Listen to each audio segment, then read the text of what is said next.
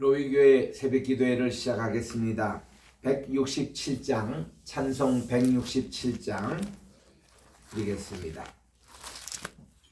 즐겁도다 이날 세세의 할 말.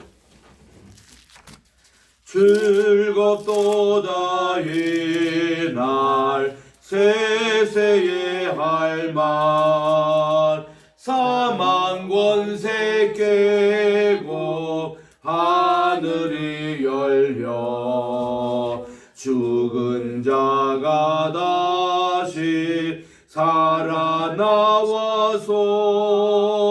생명의 주 예수 찬송하도다. 즐겁도다 이날 세세의 할 말. 사망 권세 깨고 승리하셨네. 부활하신 주님 나타나시니 천지 만물 모두 새 옷 입었네. 꽃은 만발하고 잎이 우거져 승리하신 주를 찬송하도다. 즐겁도다 이날 세세의 할 말. 사망 권세 깨고 승리하셨네. 생명의 주 예수 죽음 이기고 무덤 문을 열고 살아나셨네. 주의 말씀대로 이루어져서 사흘 만에 다시 살아나셨네. 즐겁도다 이날 세세의 할 말. 사망 권세 깨고 승리하셨네.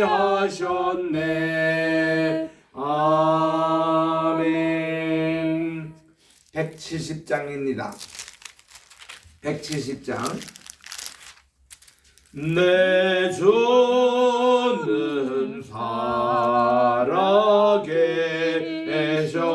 살아계셔서 날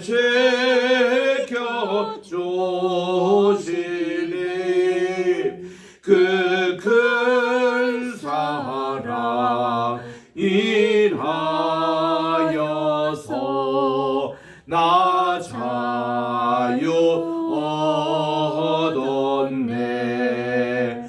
나의 구원 되신 주님 내 소망 되신 주 항상 나와 함께 하셔 곧 다시 오시리. 나를 거룩하려 주 나를 부르니 주의 은혜 내게 넘쳐 주 뜻을 이루리. 굳센 믿음 나 가지고 주 말씀 따르면 주님 다시 강림할 때 날 영접하시리. 아멘. 하나님 아버지 참으로 감사드립니다. 지난 간밤에도 단잠을 허락해 주시고 오늘 또 주님 앞에 나와 새날 2023년 또 4월 11일 화요일을 이날을 주셔서 첫 시간 주님 앞에 예배로 시작하오니 이 한날 또 온전히 성별케 하여 주셔서 주님께 영광, 우리 많은 이웃에게 사랑, 또 우리 이 땅의 평화를 또 우리 이루는 우리 한 사람 한 사람 되게 도와주시옵기만을 예수님의 이름으로 기원드리옵나이다. 아멘. 오늘은 우리 욥기 34장 23절부터 우리 읽도록 하겠습니다. 795쪽에 있습니다.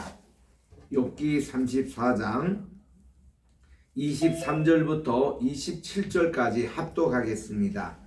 욥기 34, 23에서 27 시작.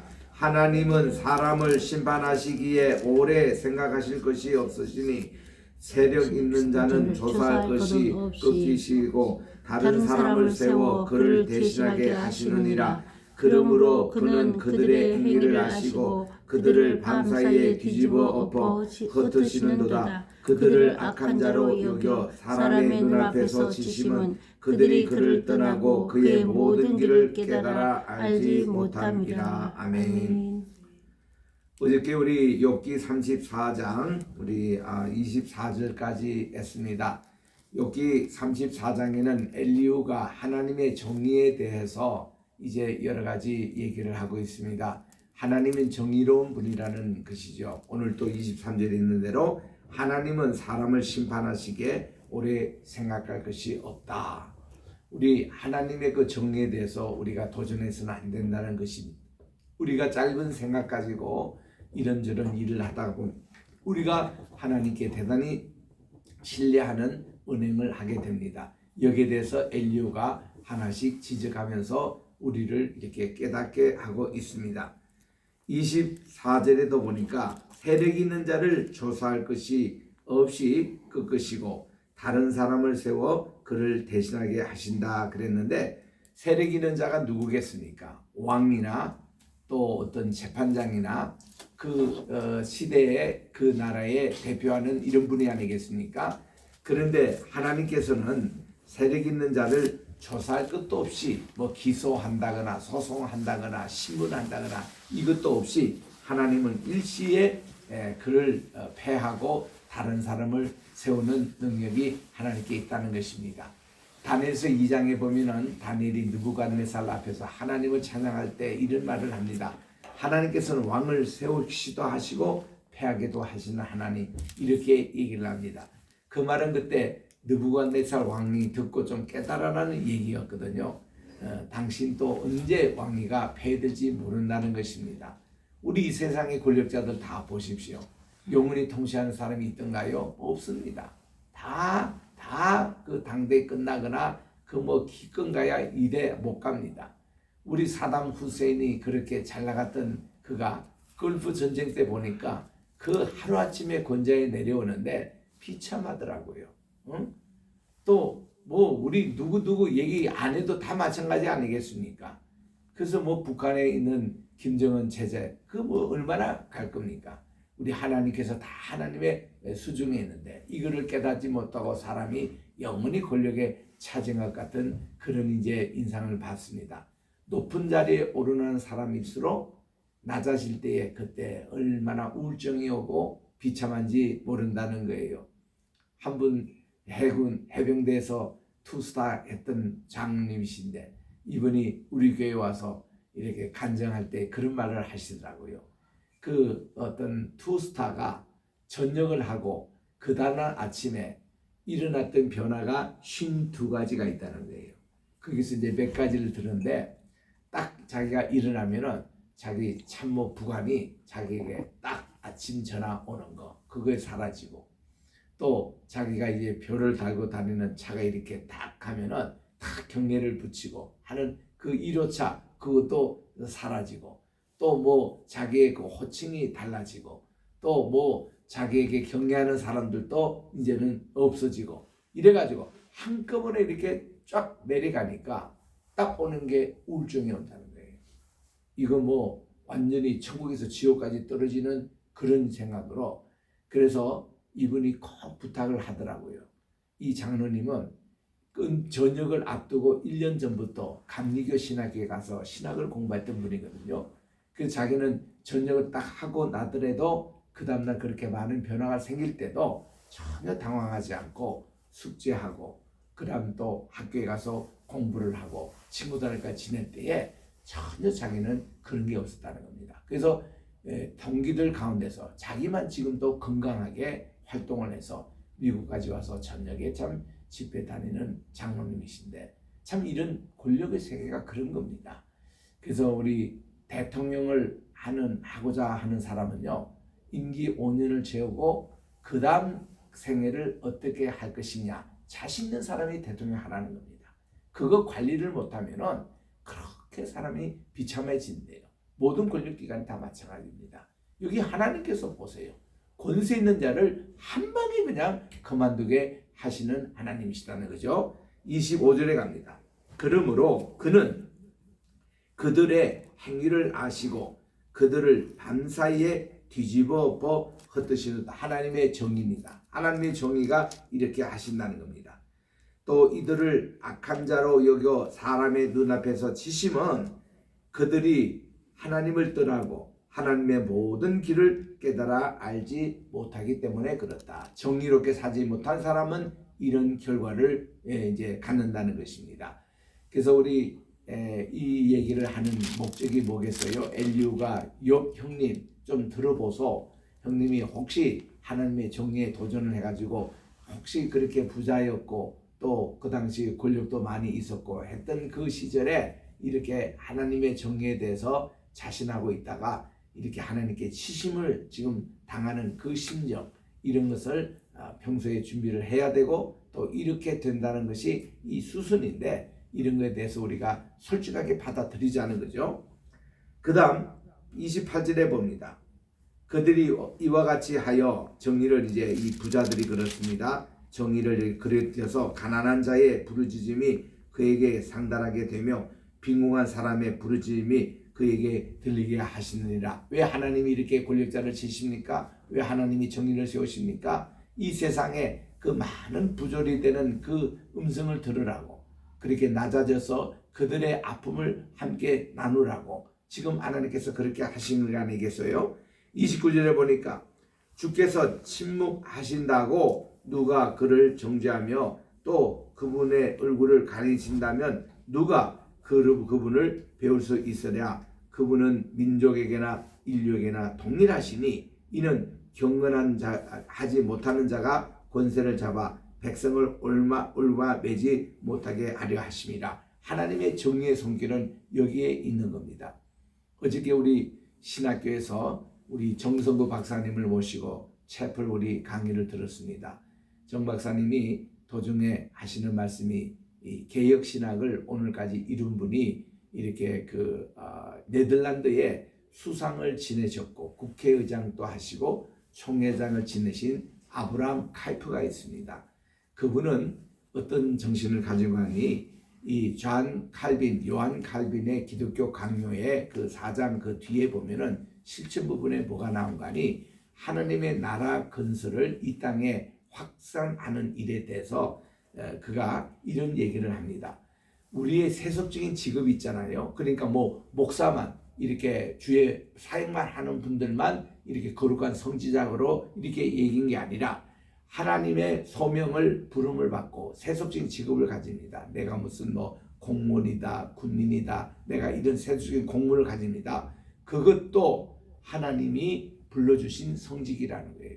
하나님이 그 방면에 그분을 불러주신 것은 군대에 가서 선교사 역할을 하라고, 가정에 가서 선교사 역할을 하라고, 직장에 가서 선교사 역할을 하라고 다 우리가 불러준 그런 사명이기 때문에 비단 교회에서 목사님뿐만 아니라 우리 세상의 직업을 가진 모든 분들도 거기에 이제 부합해서 생활해야 된다. 그래서 칼빈의 성화론이라는 게 sanctification, 이게 우리가 이제 하나님의 거룩성을 드러낼 때는 교회뿐만 아니라 가정에서도 직장에서도 이 국가 또 정치하는 그분이 이제 아브라함 칼프가 이제 자기가 이 네덜란드 수상할 때도 신국 건설이었거든요. 이 나라를 하나님의 나라로 건설하는데 그가 이제 저는 자기는 부름을 받았다 해서 이런 성화에 세속합니다. 그러니까 이게 하나님의 거룩한 이거를 세상에 밝히는 이런 것으로 하는데 지금 여기 있는 엘리후의 얘기가 그와 비슷한 그런 맥락을 가지고 있는 겁니다.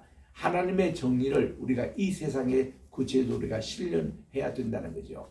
예수님께서 이사야 61장 1, 2절을 인용하시면서 나사렛 회당에서 말씀하신 그 주 내용이 보면은 그 하나님께서 내게 기름을 부사 메시아입니다. 그리고는 이 세상에 가난한 자에게 복음을 전하게 하시려고 저를 이제 파송해 주신 건데 그 내용에 보면은 포로된 자에게 자유를, 눈먼 자에게 다시 보게 함을, 그리고 억압을 당한 사람을 다시 있게 자유케 하러, 그리고 이 은혜의 해를 선포하러 왔다. 이런 말씀이 그게 정의를 실현하기 위한 겁니다. 이사야 9장에도 보니까 하나이가 우리에게 태어나서 우리 하나님 그분이 다스리는 그 나라가 공의와 정의로 다스린다고 그렇게 말씀해 주신 그 내용을 우리가 회상할 수가 있는 겁니다. 자, 다시 우리 31절에 계속합니다. 욥기 34장 31절.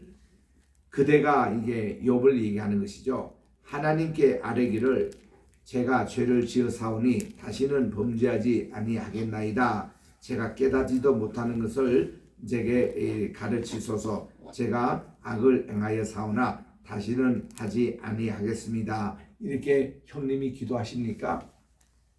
거기에 대해서 33절에 하나님께서는 형님이 거절한다고 하여 그대의 뜻대로 속전을 치르시겠느냐?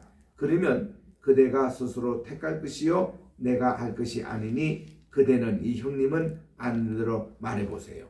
슬기로운 자와 내 말을 듣는 지혜로운 자들은 반드시 제게 말하기를 그 욥이 무식하게 얘기를 했구만. 그의 말이 지혜롭지 못하다. 다 그렇게 얘기를 합니다. 그러니까 우리 하나님에 대한 정의에 대해서 도전하지 말고 또 이제 하나님께서 우리의 죄를 다 고백하면은 하나님이 반드시 이것을 용서해 주셔야 됩니다. 그렇게만 얘기하지 말고 모든 거 하나님께 맡기라는 거예요. 아멘. 그분께서 알아서 하신다는 겁니다. 거기에 대해서 우리가 너무 이렇게 저렇게 한다는 거. 예를 들면 이런 거죠. 우리가 11조를 바칩니다. 성수지를 했습니다. 교회 와서 열심히 성가대 봉사합니다. 열심히 내가 안해냅니다. 그러면 하나님 제게 복을 주십시오. 이렇게 하는 기복신앙이 있습니다. 그게 그런 거를 기복신이라 그래요. 내가 기복신앙 것은요. 절간에 가면은 칠성당 같은 데가 있어요. 거기 가면은 뭐를 이렇게 바치면은 그 신이 자기에게 복을 줘야 돼요. 그 샤머니즘의 신앙이 그런 겁니다. 우리는 그게 아니에요. 하나님께 헌금 드린다. 하나님께 내가 할 일을 하는 것은 뭔가 하면 내가 구원을 받은 것에 감사해서 의뢰하는 거예요. 그게. 이거를 했기 때문에 하나님이 이렇게 해주셔야 된다. 이런 게 아니고 우리는 그런 감사의 마음으로 순수하게 그렇게 하는 것이고 그리고 복을 주시고 안 주신 것은 그분이 알아서 하는 겁니다. 지금 욥의 경우가 그렇지 않습니까? 욥이 뭐 잘했을 때도 하나님이 복을 주시지만 욥이 지금 잘했을 때도 화도 주시잖아요. 그런데 물론 뭐 하나님이 직접 주시는 건 아니지만은 어쨌든 욥도 자신을 그렇게 생각했고 또 친구들도 그렇게 생각하잖아요. 그런 것까지도 우리 하나님께 다 맡기자는 거죠. 그리고는 하나님이 잠시 화를 주시지만 언제 다시 그를 복으로 바꿔주실지 그것도 하나님이 하시는 일입니다. 또 기간도 마찬가지예요.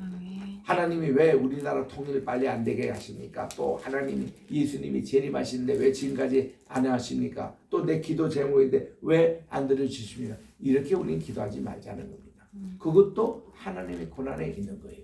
하나님의 때가 되심에 이루어집니다. 아멘. 하나님이 이루어주시는 것이지 아멘. 그거를 내가 뭐 이랬다 저랬다 할 필요가 없지 않겠느냐. 그래서 욥이 이런 면에서 조금 더 넓은 마음을 가지고 하나님의 그 생각, 하나님의 그 주권적인 섭리를 따라서 우리가 하자 하는 것을 이제 그런 각도에서 좀 요즘 심한 표현합니다. 여기에 36절에 보니까 저는요 이 욥의 형님이 끝까지 시험 받기를 원합니다. 이는 그분의 대답이 악인과 같기 때문에 그렇습니다 하고 좀 욥에게는 좀 섭섭하게 들리는 이 지금 시험이 빨리 끝나기를 원하는 이 욥에게는 상당히 이게 끝까지 가기를 원합니다. 이게 무슨 뜻이겠습니까? 욥 지금 형님이 힘들고 하지만은 지금 요 순간이 지금 하나님의 정의가 이루어지는 시간이거든요. 이게 참 이 시험의 기간 이런 게 있지만 우리가 군대에서도 훈련의 기간이 있지 않습니까? 또 학생들도 학교에서 공부하는 기간이 있어요. 그런 기간을 거쳐야만이 우리들이 또 시험을 치르고 진급을 하고 또 졸업을 하고 이런 이제 순서가 있지 않습니까? 그런 식으로 엘리야가 생각하고 있는 거예요. 그러니까 이게 욥이 끝까지 시험 받기를 원하노라. 저는 이거를 좀 욥에게 섭섭하게 들리는 걸로 지지만 저는 다시 한번 이거를 봅니다. 야, 엘리야 참 대단한 사람이네. 지금 엘리야는 이 욥이 지금 시험 받고 있다고 생각하는 거예요. 시험은 뭐예요? 기간이 있습니다. 요 끝나면은 하나님 더 큰 것으로 축복을 내리는 거 이거 엘리야는 알고 있는 그 신앙이에요. 야, 그 시험을 그렇게 생각한다. 다른 세 친구는 와가지고 전부 다 욥을 정죄하고 그 재앙받는 그것이 끝으로 생각을 합니다만은 엘리야는 그렇게 안 해요. 하나님이 욥의 부족한 점을 채워주시는 과정 속에 지금도 시험을 해 주시는구나. 우리 시편 119편 우리 그 71절과 우리 그 밑에 보면 76절 이미 읽었습니다만 시험 당하는 것이 내게 유익이라 라는 말이 나오잖아요. 그겁니다. 정말 이 시험을 당하는 후에 내가 하나님의 존재를 새롭게 깨닫게 되고 하나님이 71절에 보니까 하나님이 이 모든 것을 주관하신다는 것을 시험 기간을 통해서 자기가 배웠다고 그러잖아요. 그래서 그 시험이 내게 유익이다 이런 얘기를 합니다만은 욥도 신앙하고도 그렇게 다른 거 없지 않습니까? 23장 그가 10절에 말씀대로 내가 지금 단련을 받은 후에 연단을 받은 후에 내가 정금같이 나오리라는 하나님이 나의 모든 길을 아신다는 그 욥의 신앙과 부합되는 것인데 욥이 요 신앙으로 발언을 계속 했더라면 참 좋았을 텐데 요 발언에서 살짝 벗어나가지고 또 자기의 어떤 의를 얘기하고 그런 점이 있었습니다. 그에 대해서 지금 엘리야에게 책망을 듣고 있는 거예요. 이런 잔소리는 좀 들을 필요가 있습니다. 37절입니다. 그분께서 그분의 죄를 반역을 더하여 우리와 어울려 속벽을 치며 하나님을 거역하는 말을 많이 하는구나 하고 욥이 이제 이렇게 악인처럼 대답하는 말 하지 마시고 이제 이거를 시험의 과정으로 생각하고 이제 하나님의 정의를 더 이렇게 추구하십시오. 그렇게 하고서는 35장에는 전체가 또 욥이 자기가 하나님보다 더 의롭다 하는 욕에 대해서 코멘트를 하고 있습니다. 2절에 보니까 욥 형님은 이것을 합당하게 여기십니까? 욥 형님은 형의 의가 하나님께로부터 왔다는 말입니까? 이미 32장 2절에 한 말과 동일하게 하고 있습니다. 32장 2절에도 이렇게 말하지 않습니까? 이제 욥이 자신을 의인으로 여김으로 그 세 사람의 말을 그치니 람 족속 부스 사람 바라게의 아들 엘리야가 화를 내니 그가 욥에게 화를 내면 욥이 하나님보다 자기가 의롭다 함이요 그랬습니다. 우리가 앞서 욥의 변명도 들었고 연설도 들었고 이런 얘기를 쭉 봅니다만은 욥이 그렇다고 지나치게 자기가 하나님보다 의롭다 이런 거를 내세우지는 않았어요.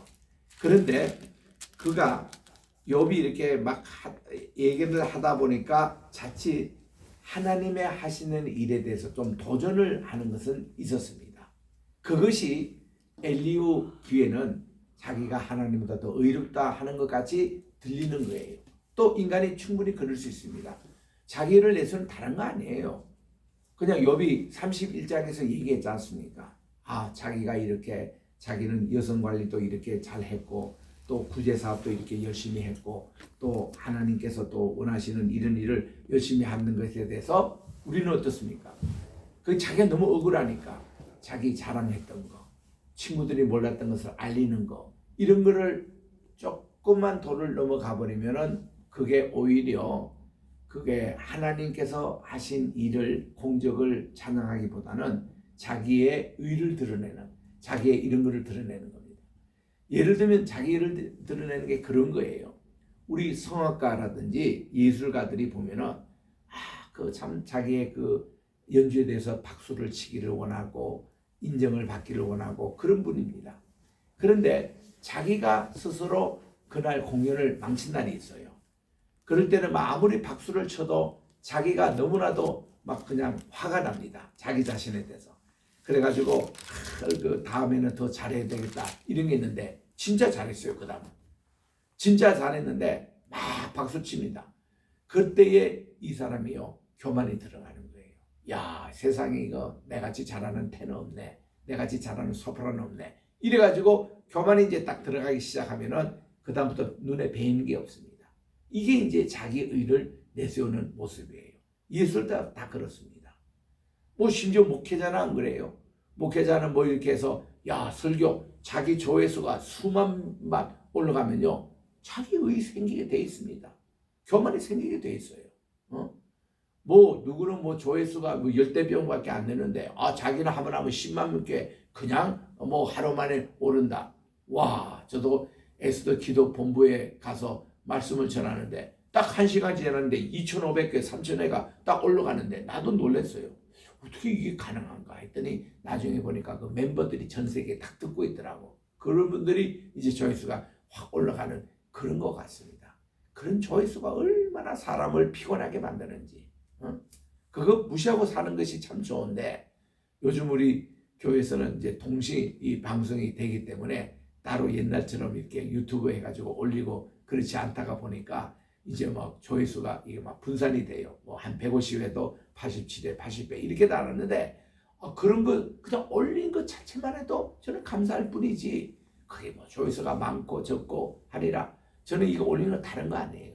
옛날에 그 인터넷 가지고 우리가 이메일 보낼 때처럼 이 세상의 공중에는 그렇게 많은 악한 영들의 전파가 돌아다니고 가짜 뉴스가 돌아다니고 이럴 때에 여기 우리는 복음으로 점령하자. 이 전파를 복음으로 증명하자. 어떻게 하면 하나님 말씀을 증명하자. 그래서 저는 이 사역에 열심히 끼어드는 거예요. 그 이 세상에 우리 하나라도 이거를 이런 매체를 통해서 SNS를 통해서 하나님의 복음이 전파되고 하나님 나라가 이렇게 확장되는 이 사업에 하자. 그것뿐이지. 거기에 대해서 뭐 내 인기를 영합하고 무슨 뭐 조회수 올라간다고 이게 교만해지고 그러면 그러다 보면 내 의를 세우게 되는 거예요. 그래서 욥도 그런 면이 있는 것에 대해서 여기서 지적하는 겁니다. 3절입니다. 형은 그것이 내게 무슨 소용이 있으며 범죄 아니한 것이 내게 무슨 유익이냐 묻지만은 내가 이 형과 및 형과 함께 있는 이 형의 이 친구들에게 대답을 하겠습니다. 형은 하늘을 우러러 보십시오.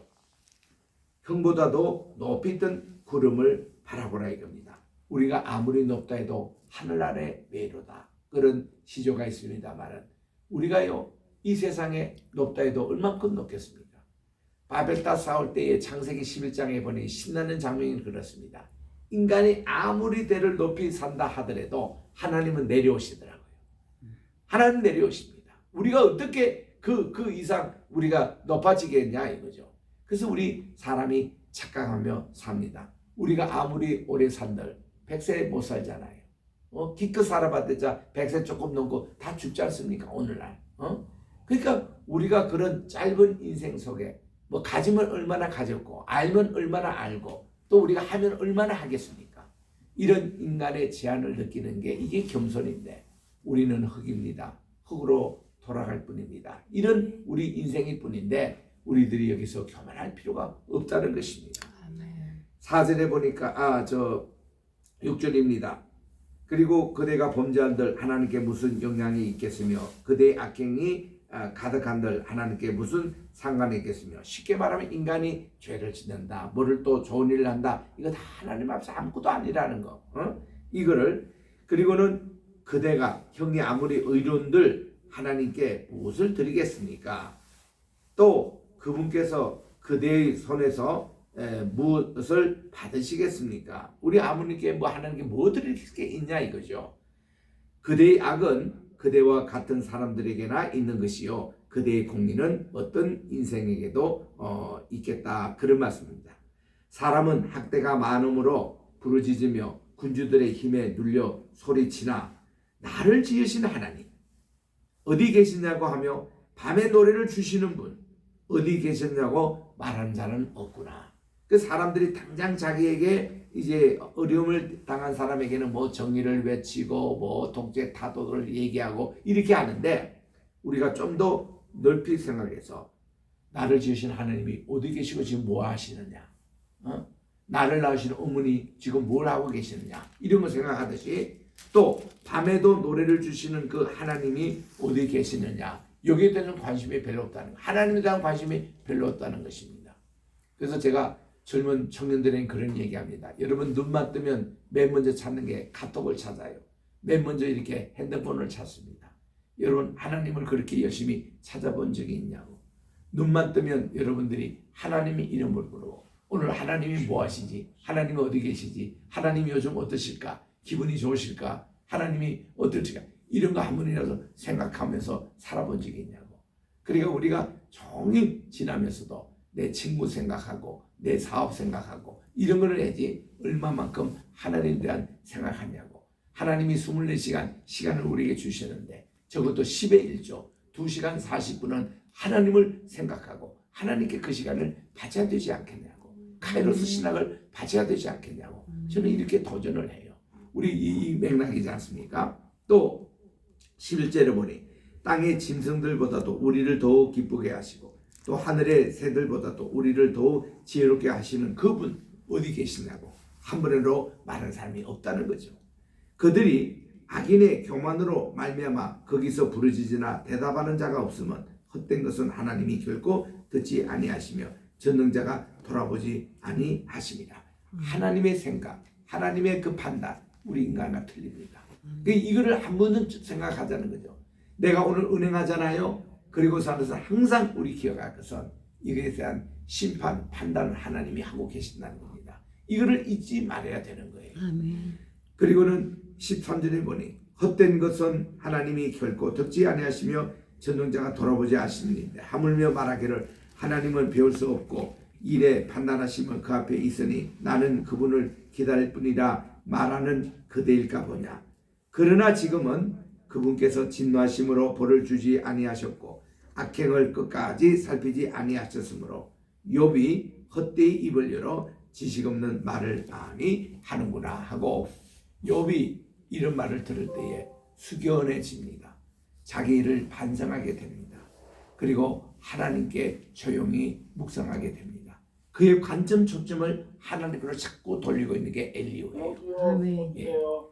이런 점이 우리가 이것도 그래서 우리 하나님께서 이런 말씀을 주실 때 엘리야를 통해서 오늘도 나에게 하신 말씀으로 듣고 우리들도 우리 자신을 반성하며 오늘도 하나님을 더 쳐다보며 하나님의 관점을 생각하며 주님께 오늘도 인정받는 복된 하루가 되시기를 주의 이름으로 축원합니다. 기도하겠습니다. 하나님 아버지 감사합니다.